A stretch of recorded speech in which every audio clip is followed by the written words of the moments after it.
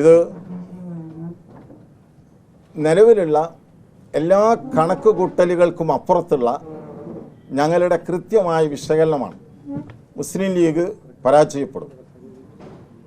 മലപ്പുറം മണ്ഡലത്തിൽ 2 ലക്ഷത്തോളം വോട്ടുകളുടെ ഭൂരിപക്ഷം കിട്ടും എന്ന ഒരു നിഗമനത്തിൻ്റെ ഊറ്റത്തിലാണ് മുസ്ലിം ലീഗ്. 10,000 വോട്ടുകൾ മുസ്ലിം ലീഗിന് മലപ്പുറം മണ്ഡലത്തിൽ ചോർന്നു പോയിട്ടുണ്ട്. പ്രധാനമായും 2 കാരണങ്ങളാണ്. ഒന്ന്, മുസ്ലിം സമൂഹത്തിലെ ഭൂരിപക്ഷത്തെ പ്രതിനിധീകരിക്കുന്ന സമസ്ത വിഭാഗത്തോട്, അതിൻ്റെ നേതാക്കളോടും പ്രവർത്തകരോടും ധിക്കാരപരമായ അവഹേളനപരമായ സമീപനമാണ് മുസ്ലിം ലീഗിൻ്റെ നേതാക്കൾ നിരന്തരമായി അനുവർത്തിച്ചു പോകുന്നത്.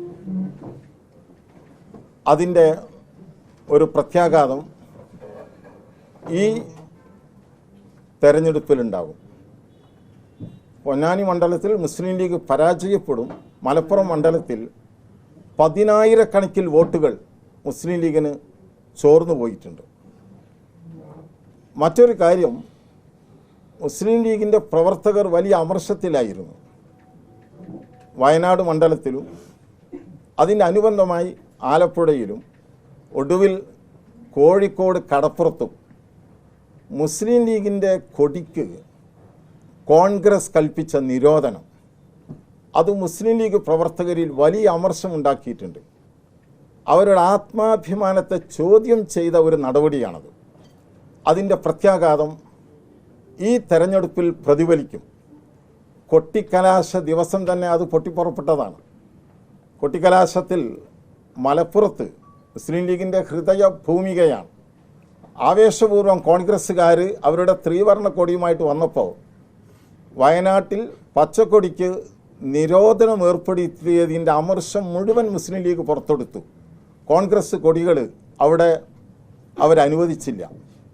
അതിനപ്പുറത്ത് ഈ ഇലക്ഷനിൽ മുസ്ലിം ലീഗ് പ്രവർത്തകരുടെ വികാരം ഈ ഇലക്ഷനിൽ പ്രതിഫലിക്കും.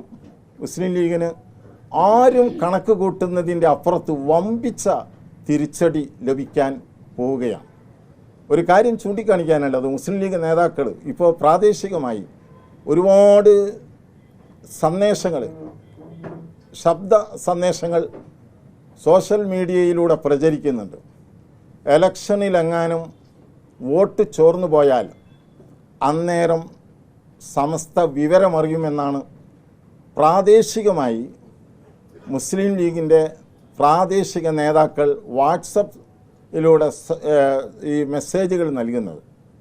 ഇത് അപലപനീയമായൊരു സംഗതിയാണ്. തെരഞ്ഞെടുപ്പിൽ ജയവും പരാജയവും സ്വാഭാവികമാണ്. വോട്ട് ചോർച്ചകളുണ്ടാകും. വോട്ട് ചോർച്ചകൾക്ക് ഉത്തരവാദികളായ നേതാക്കളെ തിരുത്താനാണ് മുസ്ലിം ലീഗ് ശ്രമിക്കേണ്ടത്. ഒരു പത്രം പരസ്യമായി കത്തിക്കപ്പെടുക പോലും ഉണ്ടായി.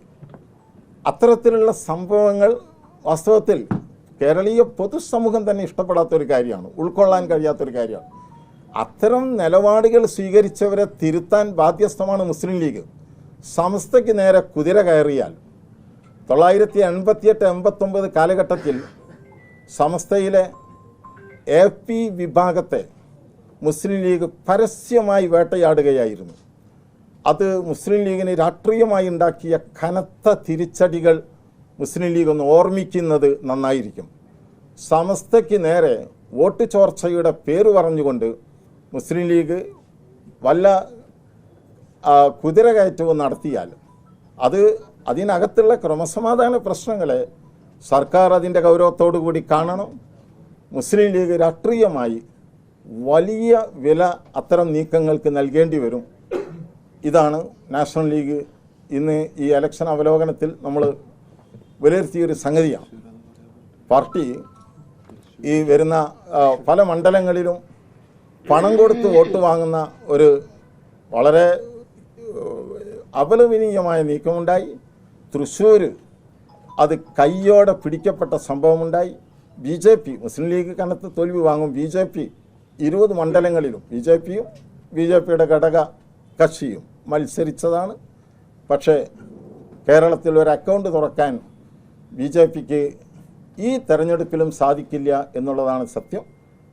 BJP ചില മണ്ഡലങ്ങളിൽ പണം കൊടുത്ത് വോട്ടർമാരെ സ്വാധീനിക്കാൻ പരസ്യമായി തന്നെ ശ്രമിച്ചു എന്ന റിപ്പോർട്ടുകൾ വന്നിട്ടുണ്ട്. അതൊക്കെ BJPയുടെ ഇലക്ഷൻ ക്യാമ്പയിനോടുള്ള വോട്ടർമാരുടെ കൂടുതൽ വിയോജിപ്പുകൾക്ക് അവജ്ഞയ്ക്ക് കാരണമാവുകയുള്ളൂ. പാർട്ടി സംസ്ഥാന സെക്രട്ടേറിയറ്റ് പാർട്ടിയുമായി ബന്ധപ്പെട്ട കുറേ ഗൗരവപ്പെട്ട വിഷയങ്ങൾ ചർച്ച ചെയ്തു. ഈ വരുന്ന ജൂണിൽ 2 ദിവസം നീണ്ടു നിൽക്കുന്ന സംസ്ഥാനതല നേതൃത്വ ക്യാമ്പ് സംഘടിപ്പിക്കാനും തീരുമാനിച്ചിട്ടുണ്ട്. ഇബ്രാഹിം സുലൈമാൻ സേട്ടു സാഹിബിൻ്റെ ചരമദിനമായിരുന്നു ഇക്കഴിഞ്ഞ ഏപ്രിൽ 27. ഇലക്ഷൻ ആയതുകൊണ്ട് അനുസ്മരണ പരിപാടികൾ വ്യാപകമായി നടത്താൻ സാധിച്ചില്ല. തൃശ്ശൂർ മാത്രമാണ് സേട്ട് സാഹിബ് അനുസ്മരണ പരിപാടി നടന്നത്. അത് വൈകാതെ മറ്റു ജില്ലകളിലും അനുസ്മരണ പരിപാടികൾ സംഘടിപ്പിക്കും.